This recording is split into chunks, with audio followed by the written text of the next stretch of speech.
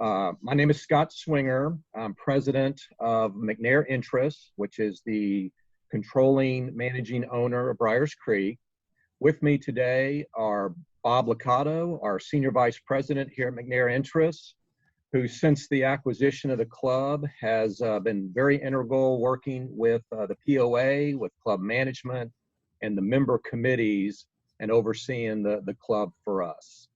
Also hosting with us is Andy McKenna, the chair of the membership committee, and also Clint Wood, Sharon McGirt, and Eve Vanderweel. What I'd like to cover today is a handful of things, and I'll just lay those out for you right here. I'd like to give you a little brief history on McNair and Briars Creek. I'd like to talk about our vision and philosophy for the club, where we think the club is today, where we want to take it, and then how do we get there. We're also going to give you all an update on the tee sheet management, as well as the condition of the golf course. We're on a Zoom call here, and I believe there's a chat feature. So throughout the presentations that we're making, if you have any questions, please type up your questions on the chat feature, and I believe those will go to Clint. He will compile those, and we'll be happy to answer those as we get towards the end of our presentation here. I'm expecting our comments from myself and a handful of others will be maybe 30 minutes or so, and then we've got another 30 minutes for Q&A afterwards, and we certainly hope we can get to all your questions, but we really would like to be done in about an hour's time. Just a little bit on myself. I'm a member of a handful of golf clubs myself, and I can really appreciate the vision, the purpose, and the differences of a golf club versus a country club. I really love the game of golf and really love all the experiences that come from it. I've been working for the McNair family now for over 25 years, and currently oversee all the investments for the McNair family within McNair Interests. We do a variety of different investments. We've got a lot of real estate, we've got life science, we own operating companies, projects. We really do a lot of different things. And our investing philosophy is actually pretty simple. We love to buy quality or we create quality in the investments we make, but we're always seeking an attractive rate of return. This is something that Bob McNair taught us many years ago. A founding member of Briars Creek, he really, really loved the club. And when the club fell on hard times, which it did, and went into bankruptcy, he was determined to save it, and he did. He purchased it out of bankruptcy. And the reason was, I think, quite simple. He just wanted to preserve the specialness of Briars Creek. As you may know, he had a house there on Kiowa Island, and he just enjoyed what Briars Creek was, what it offered, and that was very important to him. And we're thankful that he preserved that, and look where we are today, in a great spot. After he died, the club then transferred to a corporate entity controlled by McNair Interests, as I said, which is really the investment company for the McNair family.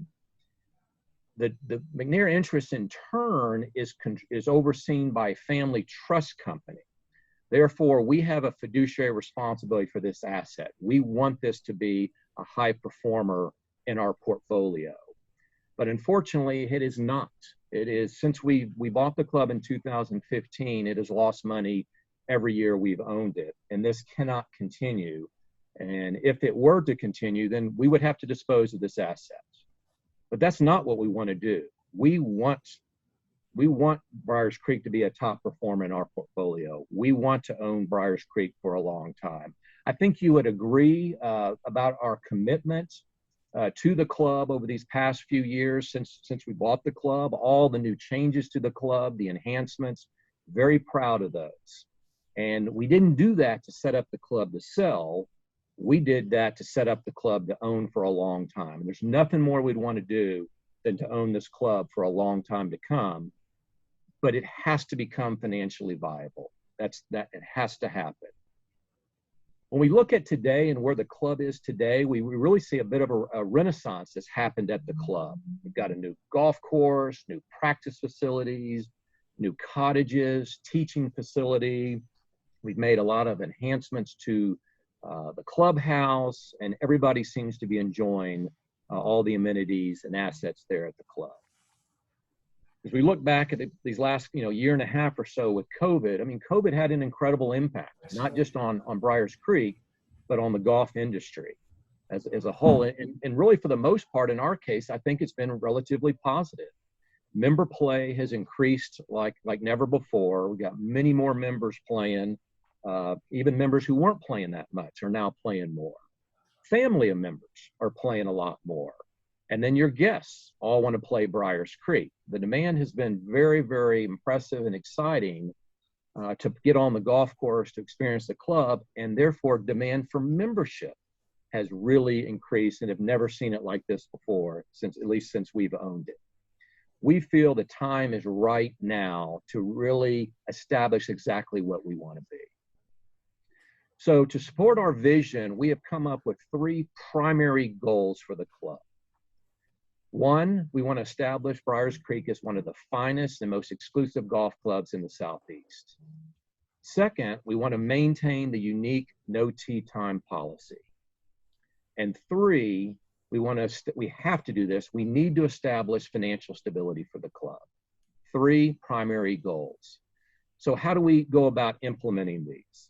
So we have reached out and have been working with, for some time now, our fellow owner partners, club management, and many of you on the member committees, who in turn have been touching you, the members, to really gauge your say on a lot of these things, that we can put a plan into place that makes sense for all of us. So let me go through a handful of those components. The first is we need to modify the guest policy during peak plays. You may or may not know that in the last year or two, the guest play has been about 25% of all rounds. And really, we have nothing against guest play at all. Actually, that's a very attractive number, quite frankly. But the problem is when the guest play starts to interfere with members accessing the tee when they want to. So this policy, which has already been implemented, is living and breathing. We'll continue to modify it. We'll continue to judge how it's working. But the priority has to be given to the members to get to the first tee. And if we can work the guest play around that, then great. And even with but it really depends on the frequency and the congestion that we're seeing on the golf course. Let's see, the second primary component of the implementation plan is to set a membership cap of 325 for golfing memberships. We've heard what you feel, we've heard what you've been saying, and understand, again, to achieve our goal of exclusivity, we can't have too many members. What's the right number? It's hard to put your finger exactly on it. We feel 325 members, together with the other components of this implementation plan, can serve our needs and meet the goals that we just stipulated a second ago. The third component of the implementation plan is to restructure the membership categories. There have been many categories added through the years. It's become somewhat burdensome and, quite frankly, maybe a little confusing. And some of these categories perhaps were created for maybe a very small subset of members. But we really have 3 objectives in this area. We want to simplify the categories. We want to make it equitable. We want to make sure whatever category a member is in, it makes sense for them, that they're getting the value for that membership category. And then third, it's sustainable. Whatever we do here, we want to do it the right way so that we don't have to continually modify over the coming years. We hope what we're doing now will be sustainable for many years to come. You all should have already been contacted about these changes, and perhaps many of you have had conversations with staff, including Sharon, about some of the details of this. In just a little while, we're gonna go into a little bit more detail about these membership category changes. The fourth component of our implementation plan is we must increase dues. And our target increase for the next 2 years is 25%. And I know that sounds like a big number, and it is a big number. But when you look at since we bought the club in 2015, the dues have effectively been flat in that time. And if you look at this change in the next 2 years, if you were to look at what that equates to on an annual basis since 2015, it's approximately 4%, a very reasonable number and one that's very much in line with other golf clubs. Ownership has contributed approximately $7 million since we bought the club, and yet no special dues or assessments have been put on the membership. We were fine doing that, but it's time now for the club to support itself. And the last component of our plan is to continue to evaluate all our member services and enhance them where we need to. And whether that might be adding additional staff, whether that might be modifying or adding additional amenities, we want to do that. Because at the end of the day, for us to be the finest and most exclusive club, if that's our goal, we have to have happy members. You guys have got to be feeling you're getting the value for what you're paying for. And so, yes, in the past several years, the budget's been a lot tighter because we've been losing money. But if we can get to a point where our revenues are covering our expenses, then we're going to dedicate those funds to the best needs and want to make sure we're enhancing those member services wherever we can. I'd like to now go a little bit deeper into these ownership categories. As I mentioned earlier, I'd like to hand it off to Andy and to Sharon, and they can go in a little bit more detail about the thinking about these category changes. Andy? Thanks, Scott. As Scott said, you know, the starting point for our membership structure, it has been the membership cap. As soon as we had agreement to cap our membership at $325, and we got tremendous support from the McNair Group to continue the no tee time policy. Obviously, the next step is we have to get our dues structure in line to provide the revenue that's going to make us be financially sustainable.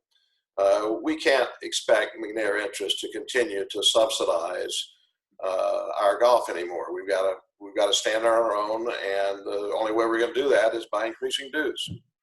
Now, as Scott said, unfortunately, our existing structure has evolved over the years, and as you look at it, you can sort of understand why each thing was done, and there's some historical reason for that. But it really was done on a piecemeal basis. When you look at it with a cold look, it's very inconsistent. It doesn't reflect the usage of the course. And it really needs to be just totally revised and totally simplified. It's got to be very, very complicated. So the first step was really to do a detailed analysis of the usage of our golf course to provide a basis for the structure. Eve did a terrific job of looking at years of data in terms of usage by category. And based on that, we started with a clean piece of paper and looked at the relative values of each different membership type. We set certain goals that we wanted to achieve, and Scott touched these earlier, but to treat all members equitably and consistently, we wanted to consider actual course usage metrics by type of membership, of course, support the no tee time policy, and we have to recognize the reality of where congestion occurs on the golf course and when it occurs.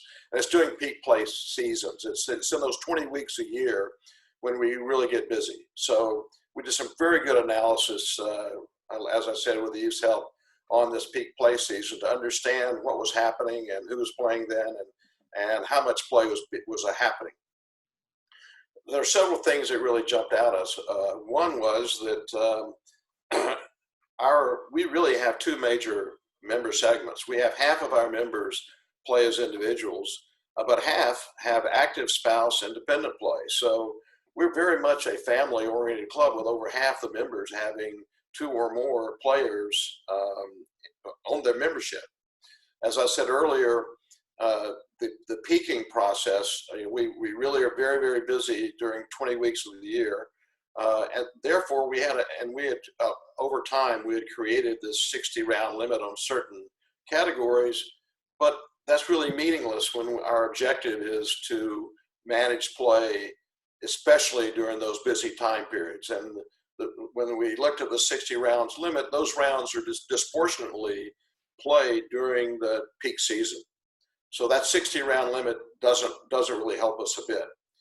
And also we really began to understand the importance of extended family play and how important that is to our members. And we want to have a structure that supports the extended family as well.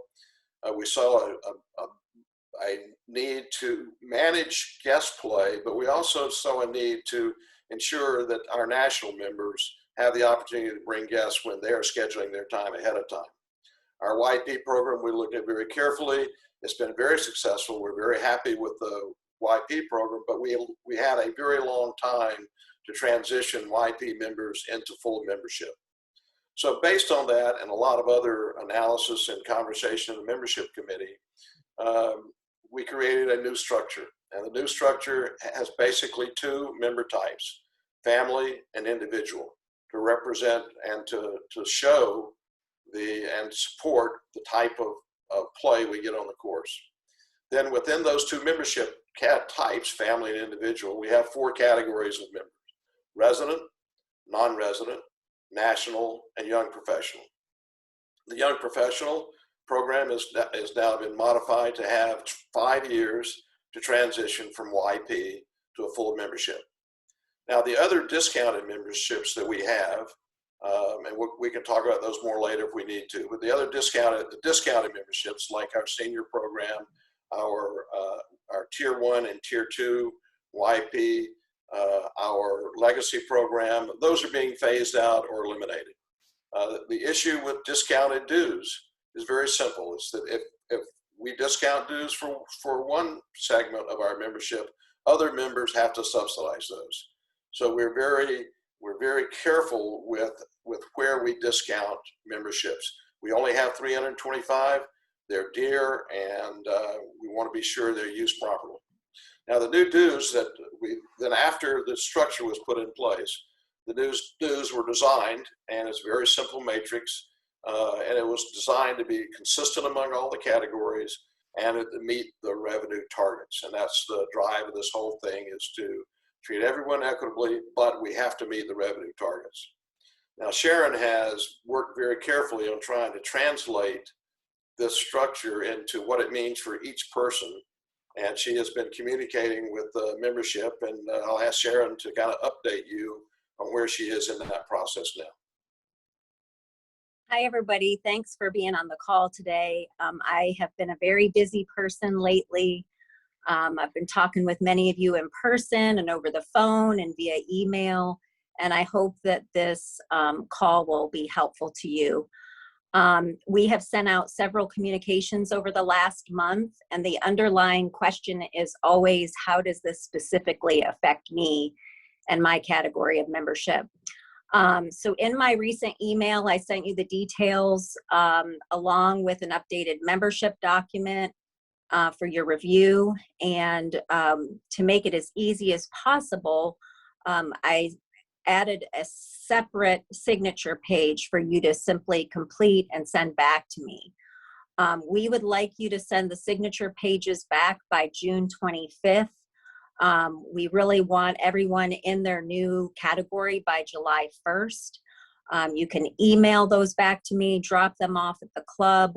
Clint and I also have blank copies in our offices for your convenience. And then continue to call me, email me. I'm happy to answer any questions and talk you through how this affects you. And then one of the things that we're doing after this call, as well, is we're going to follow up with an FAQ for you. We've been gathering comments and questions and feedback throughout this whole process. So hopefully, again, by the time we send you the FAQ, you will have all the answers to all your questions.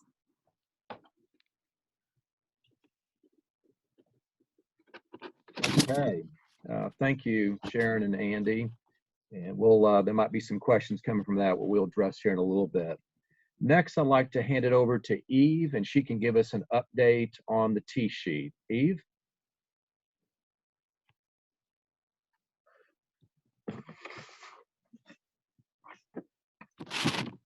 Hi, everybody. It's great to be here with you today.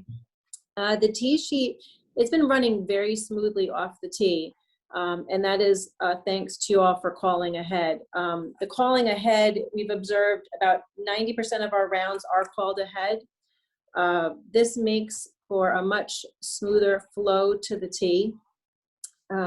We can anticipate your arrival, and it allows us to communicate just the availability of the course at that time. As we all know, after the course was reopened, everyone was excited to come play. COVID was obviously a great thing to do. Golf was a great thing to do with COVID. It was a great outlet. But with us being able to manage the tee sheet, it has allowed for us to avoid long waits. What we were finding prior to putting this into effect was there were times when members would have to wait in our busiest times about an hour for the tee. And that's not the Briars experience. We wanted to avoid that at all costs. And this has just allowed for a much smoother transition to the tee. So I kind of compare it to making a reservation to a favorite restaurant. When you call ahead, they'll give you the best time to come. We try to do the same thing. We don't want you to come and have to wait for that great experience. So we encourage you to continue to call ahead. We are in what we would consider our slower non-peak time right now. And you'll find times where you can come out and there's no one here. But the call ahead also allows our staff to better prepare for your arrival. We also will encourage you to continue to call ahead for your guest play, a minimum of 24 hours in advance. That has worked very well. We enjoy booking your guests' arrival before they arrive, and we've appreciated that very much. So it has this approach that we have taken, which is not uncommon. I know many clubs in the country are going through similar situations with growth in the game, as well as it being COVID safe and many people staying closer to home. It's not uncommon that this is being used. And for us, this version has worked very well. Okay, thank you, Eve. Next, Clint, will you give us an update on the golf course? Yes, sir. Thank you all again for joining us today. As you all are quite aware, we had a rough several weeks during green up when the grass started warming up this year. And I take my hat off to our grounds team who have done an amazing job over the last 6 weeks to get the course looking great. They're back working on detail items now and doing a few drainage projects around the course. And as soon as we get some regular rain, I think we got 1/10 of an inch of rain in April and 0 in May. So as we get a little bit more rain, we'll start working on the plantings we're going to put in between number 3 and number 7 fairways.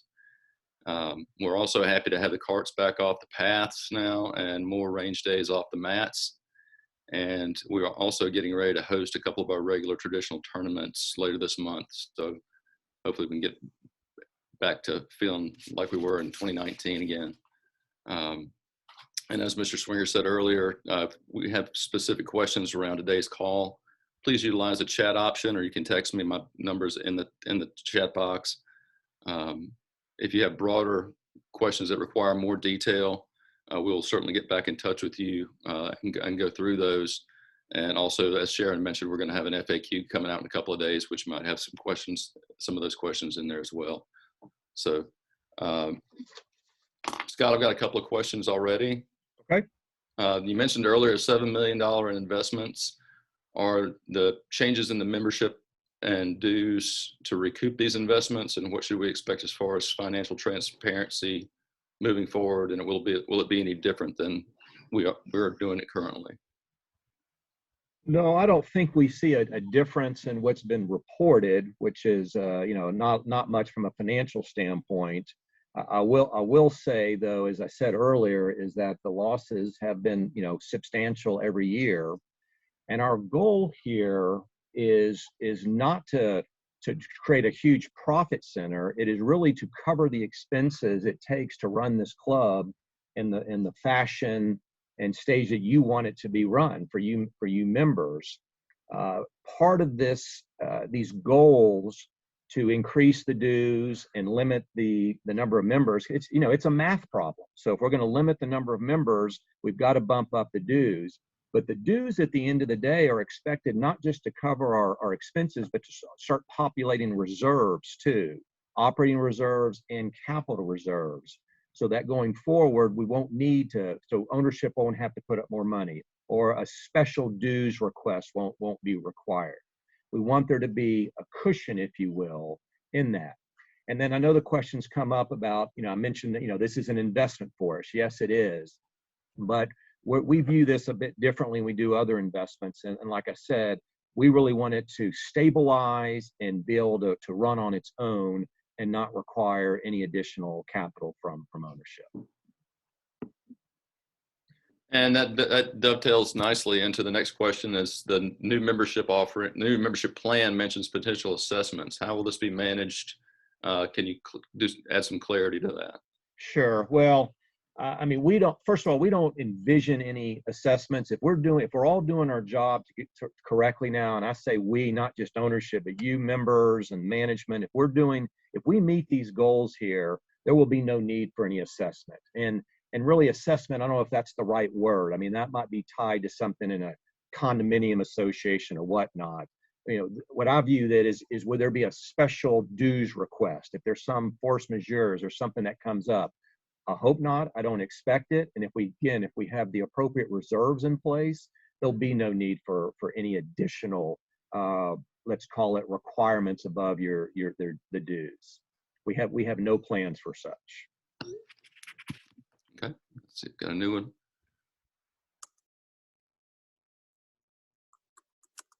Let's see. Will McNair Interest provide members with an annual, quote unquote, annual report or progress report on the club?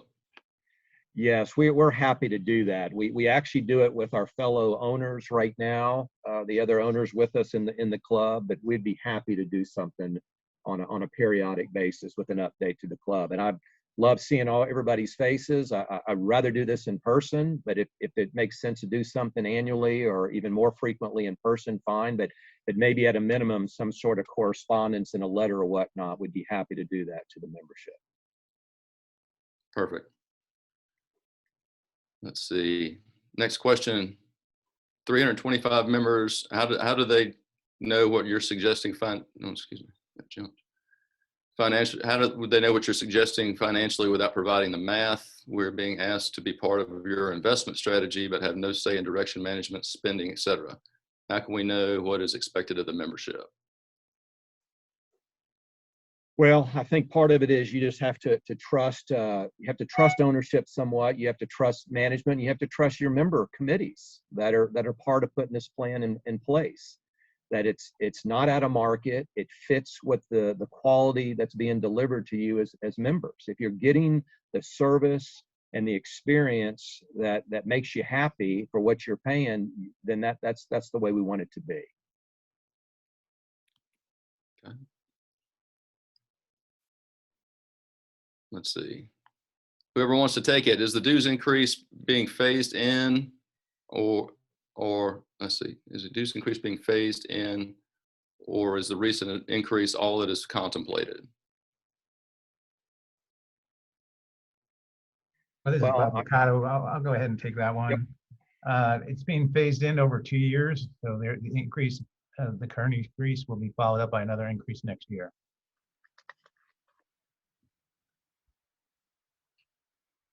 Here's a short one. What is your anticipated holding period of a break-even investment?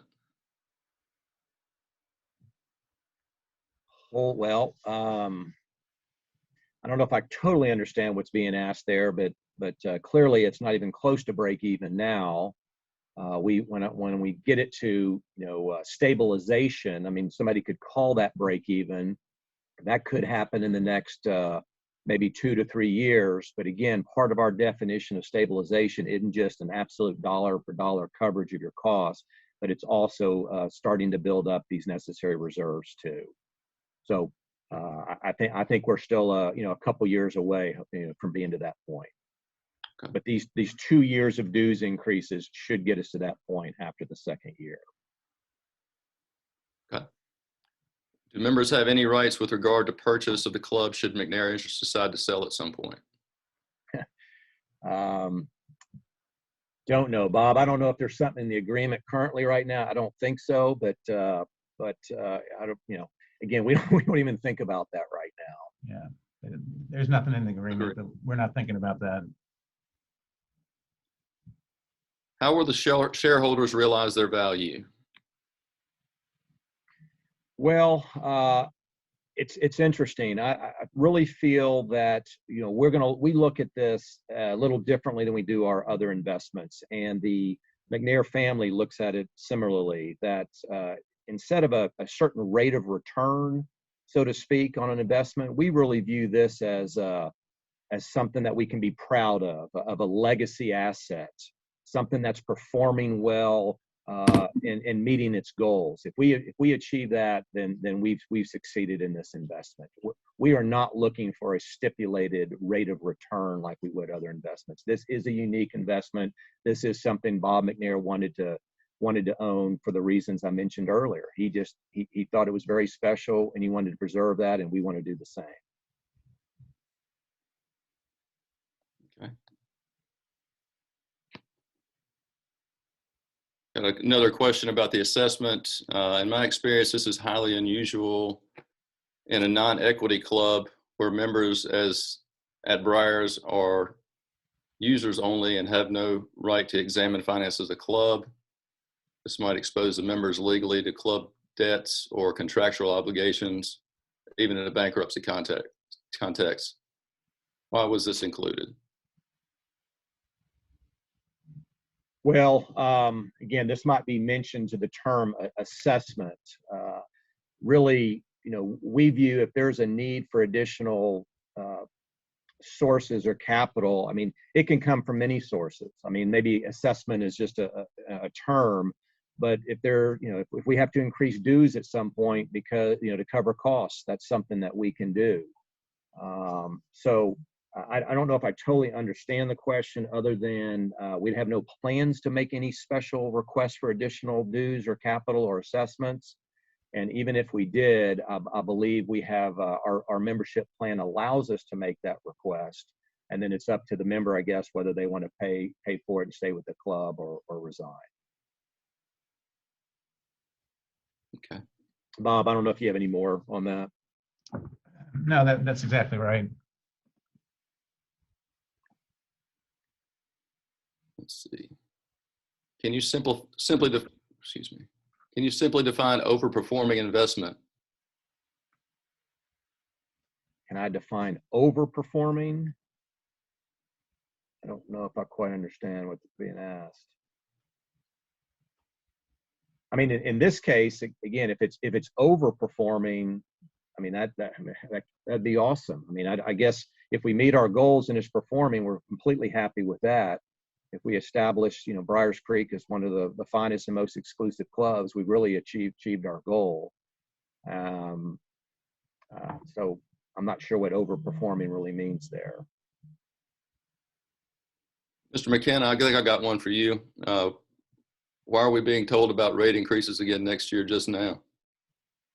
Well, the current process, the current values that we put into our plan indicate that we can get a very, very substantial bite of the dues increase this year.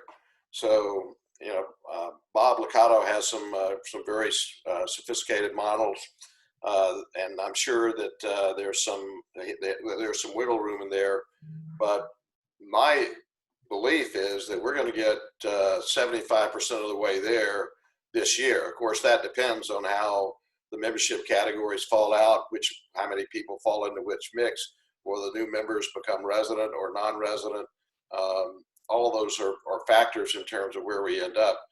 We will end up wherever we end up, but I believe that we're going to get some significantly along the way there, 75% or so, just in this first year. Again, it depends on how many members we end up with by the end of the year, but more importantly, what categories they fall into. I would just add to that, our cap is at 325. Sharon, and our current count is maybe 313, something like that. So we're pretty close to the cap, but how long does it take to bring those additional members in and start receiving dues from them? That could affect that second year change in the dues amount. The big deal is really the mix. It's really the mix of memberships, and so the membership committee is going to try to very carefully moderate the mix of members so that we have a financially sustainable mix. And as the mix improves, which we believe it will, we will be much farther along the way in terms of hitting those revenue targets. And along those same lines, Mr. McKenna, let's see. We're anticipating another dues increase next year. How will the percentages be split? The current dues increase is not split evenly across member categories. We have a part of the financial model was put together, has a matrix that has a value of each membership type. So now that we have trued up memberships and made them equitable, all future changes to the membership program will be used in that matrix, and it'll all be spread evenly across all membership categories. Perfect. I've got one I want to answer myself. What are the membership committees and how are they members selected? And are these committees strictly advisory? The committees have a lot of feedback as far as who comes on the committees. The following year, these are membership, golf, and advisory board. The advisory board are set up on terms as far as the individual members. And yes, they are advisory. We utilize them a lot as sounding boards for decision making here at the club. And I hope that answers your question. Let me see if I've missed anything.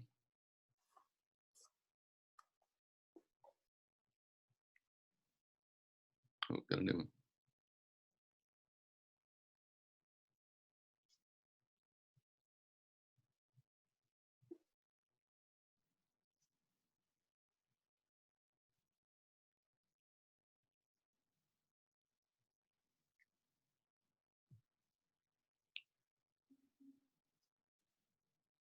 Let's see. Clint, while you're looking, I know one of the other questions that might have come in earlier to us was the fact that McNair also has some other activity going on in the area, that we're an investor along with the beach company just on Johns Island there in what we call the Kiowa River project, where we're developing a lot of home sites and a boutique hotel and some great things there. And so questions or concerns have come up about, okay, what does that mean with Briars Creek and common ownership? Are we going to implement some sort of reciprocality there? And the answer is no. We view these as mutually exclusive projects. If synergies occur, then great. If they're somebody who lives maybe at Briars Creek, is a member at Briars Creek, but also wants the amenities of a club, a swim club, and a fishing club there at Kiowa River, then wonderful. If there's certain folks that buy in at Kiowa River and they build a house there and they want to join Briars Creek, well, that's great. However, they've got to go through the same process anybody else does to apply for membership, get sponsored, and get admitted. So again, as common ownership, sure, we'd like there to be synergies, but there's no forced interaction between the two assets. Thank you, Scott. Sharon, I've got one for you. How is the non-resident family, non-resident individual consistent with the resident membership? The price point should be the same. Not sure how someone's tax rate has any bearing. Let me take a shot at that. We looked very closely at rate of play for different membership type. And unfortunately, non-residents don't have an opportunity to play as much golf as residents do. And the actual usage of the course bears that out. So the reduction in fees for a non-resident is a direct reflection of the amount of time and actual usage that non-residents have when they use the course. So it's the the variation in dues is directly related to the amount of time they use the course. Okay. Scott, does the change in membership structure include any changes to membership representation / voting in an advisory capacity or otherwise? I mean, voting from in what regard? Maybe, I don't know. Can you tell, Clint, from the? Representation, membership representation, decision making. Yeah, those are just, yeah. I mean, the membership committees, do not have a vote necessarily in the ultimate operation of the club, but we do look to these committees to help guide and set policies that support, what we're trying to do. Okay. What are our plans to increase revenues outside of dues and increase of membership? That might be a good one for you. That is a good one.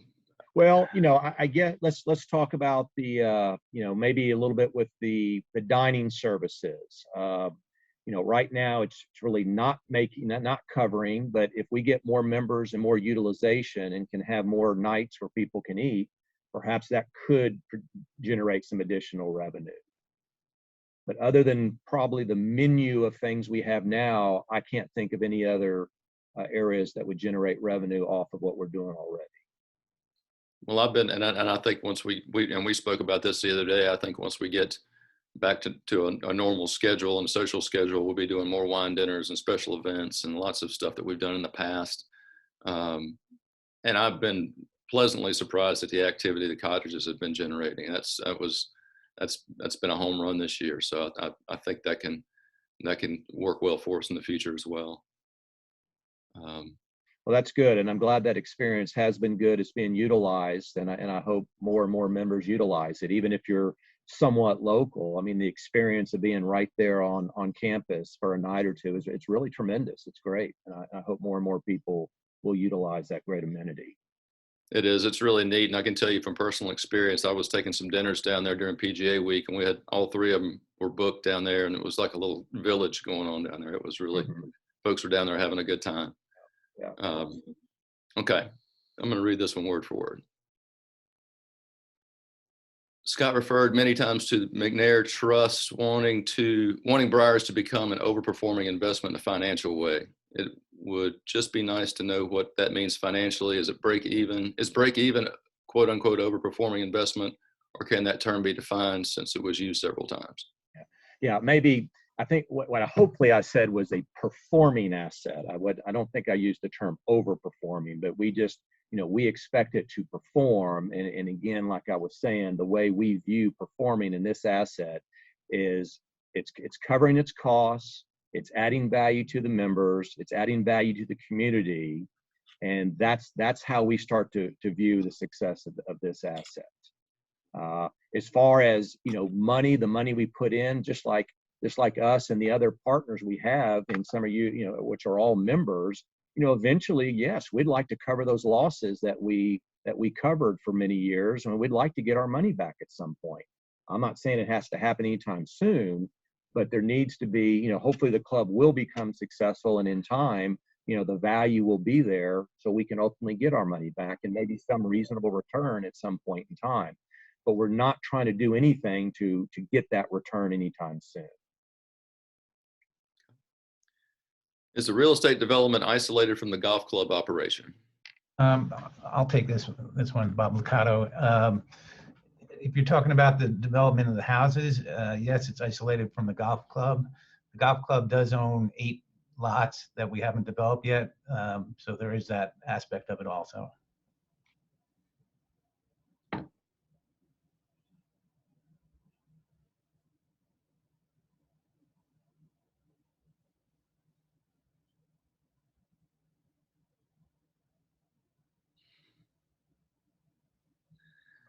I got an answer for you, Mr. McCarthy. Our gate's going to be fixed as soon as the guy that's building the hinges gets them done. That's been a comedy of errors in the world of construction in the last 2.5 months. Let's see.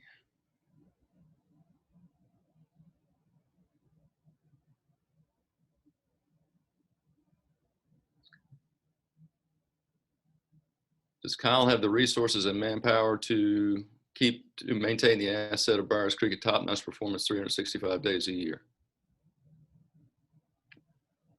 I can answer that. He has those resources 10 months a year when he has his H-2B workers. We get 7 or 8 of those guys for his team through the non-cold months through most of the year. And it's a pleasant surprise every year about May 1st when those guys show up and the crew goes from 7 to double overnight. That would actually be something that we would look at as an enhancement over the next few years as growing that crew to be able to do more detail work like they're doing right now.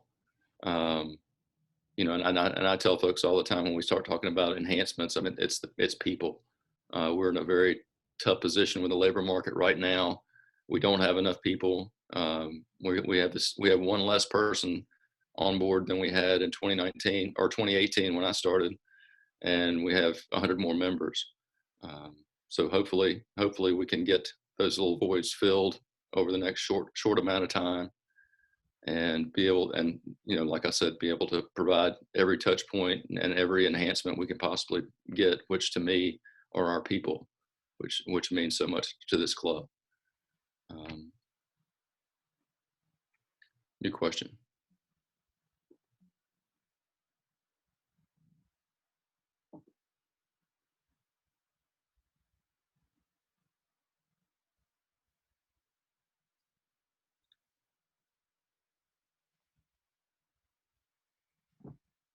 Does the golf quote unquote house cottage get the same attention as the level of attention the new cottages owned by McNair Interests? As far as guests, yes. To answer that question, as far as guests being there, we haven't had that many guests there since we built the new cottages. We're able to use the 2 lockouts in that facility for intern housing over the last 8 or 9 months. They're empty now. But if we've had folks stay in those cottages, yes. Or that cottage, sorry. And just to clarify, and Bob Licato might be able to help here, but all those cottages are owned by, I believe, by the club, right? That's correct. 100% owned by the club. At one time they weren't, but now they are. Yep. Okay.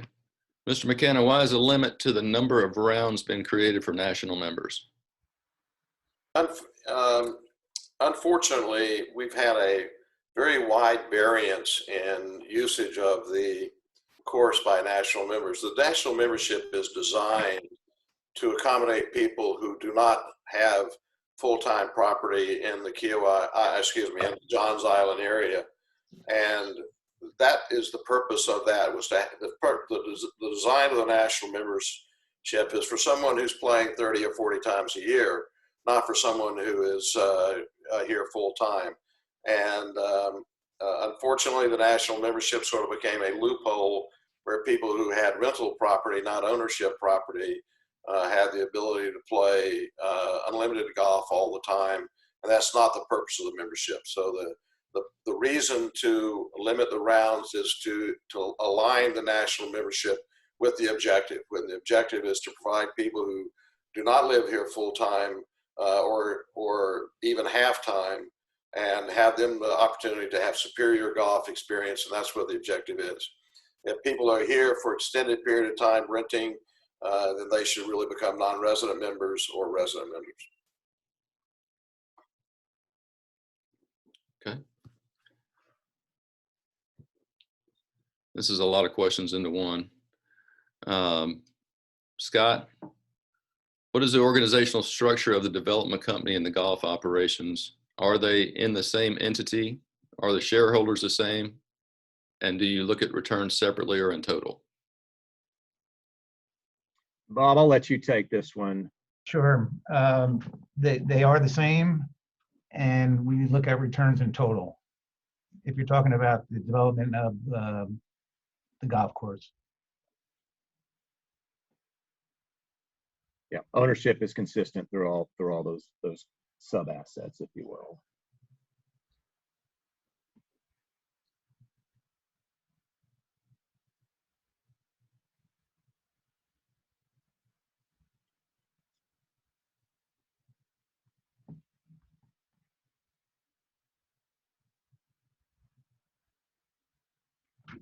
Okay. I'm going to wrap this up with just a couple more. It's important to say we're extremely appreciative to the McNair Group for everything to date. We have not lost sight of that. Will there be immediate financial transparency so that the requests for solvency, losses, reserves, et cetera, can be totally understood by the members who are being asked to cover them? Well, first of all, appreciate those kind thoughts, and again, we appreciate you guys and everything y'all are doing in support of the club. As far as the financials, you know, this is private, and we'll continue to keep it private.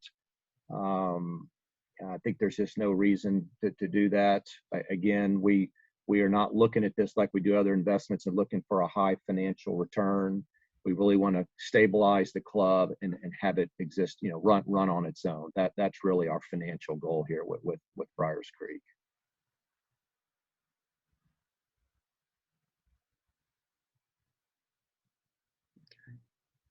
One more. Is the deficit due to golf operations or the real estate operations? I'll take that. Golf operations. Yeah.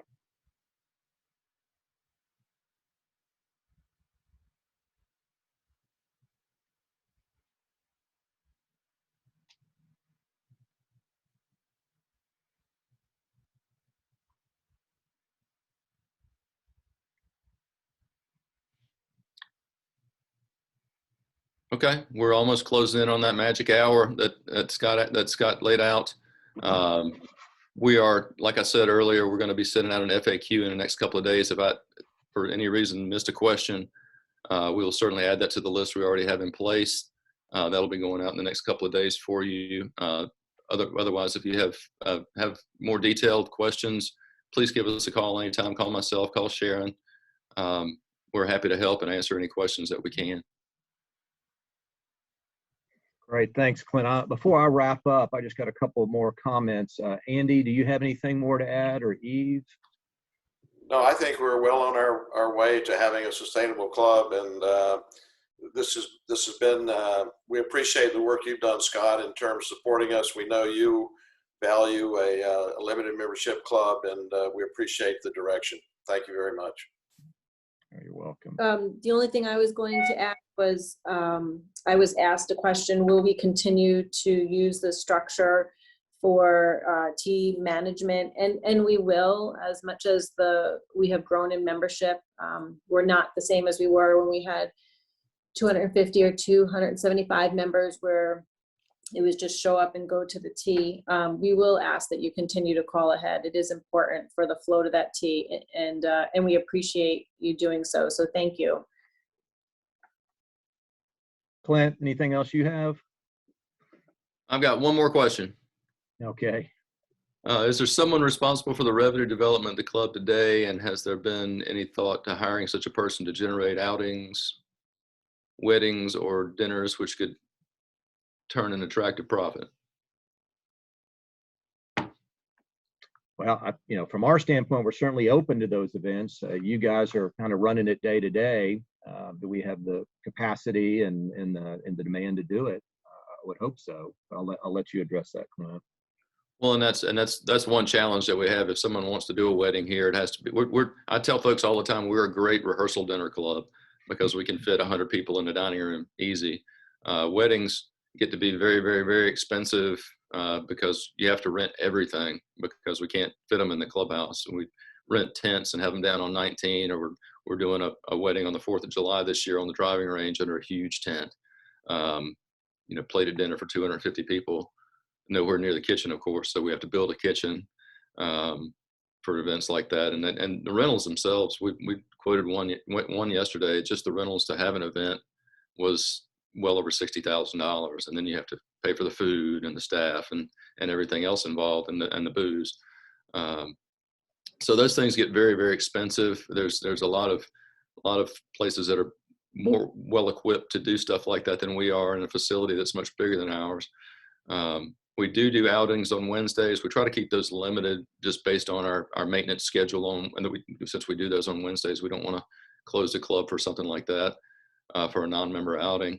But we do 6 to 8 of those a year, and we try not to do those 2 weeks in a row in the summertime, so maintenance can have that course on Wednesday. I know folks ask every once in a while, why are we closed on Wednesdays? But those the maintenance guys really need a day a week that they can really get out there and not have to worry about ducking golf balls and trying not to run over somebody with a big piece of machinery. So that's why those days are important to those people. But we have done a lot more as far as events. We're doing smaller events these days than we have ever since I've been here in the last 4 years. So those things are growing. Just the huge ones, I don't know that we're gonna have many of the huge ones anytime soon. Okay, well, I'd really, on behalf of Carrie McNair, the McNair family, and our company, I really would like to thank you all for participating today, and even those who'll be watching this by recording later. We just appreciate your passion for this club. It is unique. We know it's unique. We saw the demand where people were really attracted to what Briars Creek offers during COVID. And so we are so engaged here to make the club the best it can be going forward. And I'd really like to thank the leadership of the staff, Clint, Sharon, and Eve, for all they've done to position this club for success. And I'd really like to thank the membership leaders like Andy, who sit on and run the committees. They are listening to you, they're responding to you, and they've spent a tremendous amount of time working through these dynamics to make the club as great as it can be. And I know there were a lot of questions about investments and returns and performance and everything, but like I said before, we really view Briars Creek differently. And simply put, a great return or success for us and the McNair family for this ownership in Briars Creek is simply the pride of owning a world-class golf club that has a long waiting list to get in. That's how we define success for this investment. Thank you so much for your commitment to Briars Creek, and I really hope we can see each other in person the next time. Thank you all very much.